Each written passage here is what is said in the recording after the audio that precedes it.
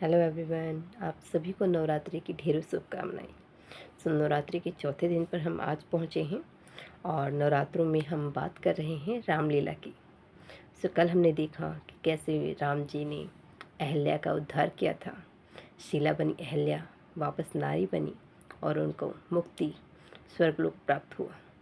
आगे वो बढ़ते हैं जब विश्वामित्र अपने गुरु विश्वामित्र जी के साथ दोनों भाई तो पहुंचते हैं जनकपुरी, जहाँ से उन्हें संदेशा मिला था आने के लिए, निमंत्रण पत्र मिला था।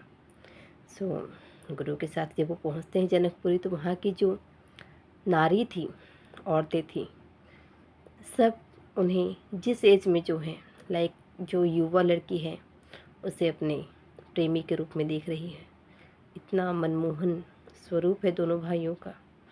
जो जो बुजुर्ग हैं वो अपने पुत्र के रूप में देख रही हैं। मतलब अपने अपने उम्र के हिसाब से सभी नारियां उनके रूप को मोहित हो रही हैं कि काश ये मेरे होते, किसी भी रिश्ते में मेरे होते। इतना मनमोहक है दोनों का जो स्वरूप है राम और लक्ष्मण का, मतलब देखने लायक है। जब सीता का स्वयंवर स्टार्ट होता है उससे पहले सीता जी अपने बाग में फूल लोढ़ने यानी फूलों को तोड़ने के लिए जब वो अपनी वाटिका में जाती हैं तो वहीं पर दोनों भाई अपने गुरु की पूजा के लिए फूल लेने पहुंचते हैं उसी वाटिका में। वहीं पर सीता और राम का आमना सामना पहली बार हो चुका होता है स्वयंवर से पहले। और दोनों एक दूसरे को देखकर, क्योंकि दोनों को तो एक दूसरे का ही होना होता है, ये सब तो एक तरह से लीला कर रहे हैं कि अब हमारी शादी होगी, क्योंकि नारायण और लक्ष्मी तो दोनों थे ही। जब एक दूसरे को देखते हैं तो सीता जी गौरा जी से कहते हैं मन लायक पति को पाने के लिए गौरी जी का व्रत करना चाहिए। तो सीता जी भी गौरा जी से मन्नत मानती हैं कि हे माता, मुझे मेरे राम जी ही स्वयंवर में पास हो, क्योंकि स्वयंवर की एक शर्त होती है। वो नॉर्मल स्वयंवर नहीं था कि कन्या को जाकर अपने मनपसंद युवा के गले में हार डाल देना है, नहीं, उसकी एक शर्त थी स्वयंवर की कि जो शिव धनुष को जो भी तोड़ेगा उसी से सीता की शादी होगी, वही स्वयंवर जीतेगा।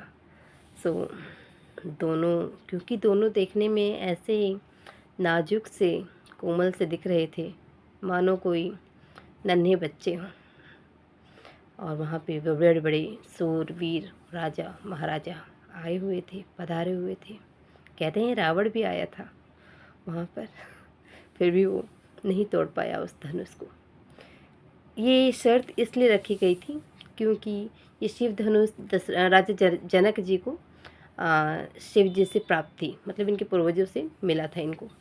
और ये जिस रूम में रखे थे ना, उस रूम में सीता जी सफाई कर रही थी और इस धनुष को बड़े सरल स्वरूप से उठाकर और उस स्थान की सफाई कर दी। ये देख राजा जनक हैरत में पड़ गए कि जब मेरी कन्या इस धनुष को उठा ले रही है तो इसका जो स्वयंवर हो वो तो कुछ इसके मुकाबले का हो। इसलिए उन्होंने ये शर्त रखी कि जो शिव धनुष को तोड़ेगा वही सीता को वरेगा। स्वयंवर स्टार्ट होता है, बड़े बड़े राजा महाराजा सूरवीर आते हैं, पहुंचते हैं और सब अपनी ताकत का, मतलब अपनी जो भी जोश है उसकी नुमाइश सब करते हैं। कोई हिला भी नहीं पाता है शिव धनुष को, और सबने अपनी अपनी कोशिश में असफल हो जाते हैं और सब हार जाते हैं। तब राजा जनक बड़े क्रोधित होते हैं कि मैंने तो बड़े बड़े सूरवीर राजाओं को, महाराजाओं को यहाँ निमंत्रण दिया था, जब मेरी पुत्री इस शिव धनुष को उठा सकती है तो ये सब किस बात के वीर हैं, सारी भूमि वीरों से खाली है। ऐसे वचन जब राजा जनक के मुंह से निकलते हैं तो वहीं पर बैठे लक्ष्मण भैया से ये बर्दाश्त नहीं होता कि हम रघुवंशी यहाँ बैठे हैं और ऐसे शब्द कि भूमि वीरों से खाली है, मैं कैसे बर्दाश्त करूँ। फिर वो क्रोधित होते हैं और राजा जनक से काफ़ी वार्तालाप मतलब एक तरह से बहस होती है उनकी।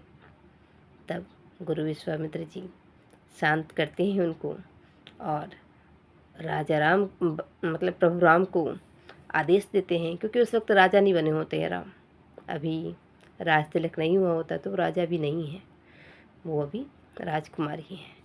सो गुरु विश्वामित्र जी जब आदेश देते हैं कि उठो राम, जाओ धनुष को तोड़ कर दिखाओ।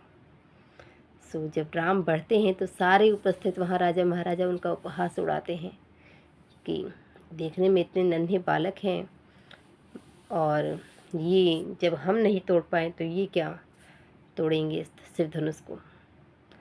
फिर जब राम उठाकर उसका 2 टुकड़ा कर देते हैं तो बहुत तेज गर्जन होती है, क्योंकि वो शिव का धनुष था।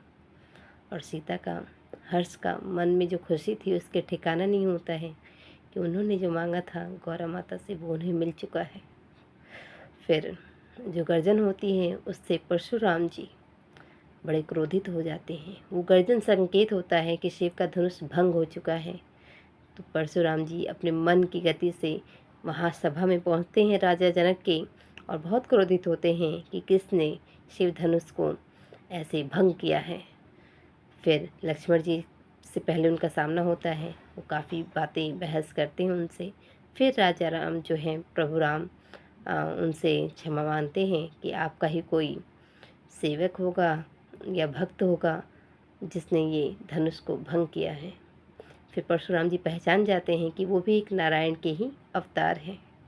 इस तरीके से वो सभा वहाँ समाप्त होती है और स्वयंवर जीतने के बाद राजा जनक निमंत्रण भेजते हैं राम जी के घर, राम जी के राज्य में राजा दशरथ को कि आपके बेटों ने स्वयंवर जीता है, बेटे ने स्वयंवर जीता है, आप बारात लेके आइए। और एक बेटे के लिए नहीं बल्कि चारों बेटों की शादी यहाँ पर होगी, क्योंकि राजा जनक की जो पुत्री थी सीता, उनकी 3 बहनें और थीं। उनकी अपनी नहीं थी बट चचेरी थी, और उन तीनों का भी इन तीनों भाइयों से शादी तय कर दिया गया था। मतलब 4 भाई 4 बहन आपस में शादी कर लेते हैं। और इस तरह से जोड़ी बनकर दशरथ जी अपना बारात लेकर आते हैं जनकपुरी, और खूब आतिशबाजी के साथ यहाँ पर विवाह सफल होता है। और सभी वधुओं को लेकर, कन्याओं को लेकर वापस अयोध्या पधारते हैं। और अयोध्या में इतना उत्सव का माहौल होता है और सभी रानियां बड़ी प्रसन्न होती हैं जो उनकी माताएं होती हैं।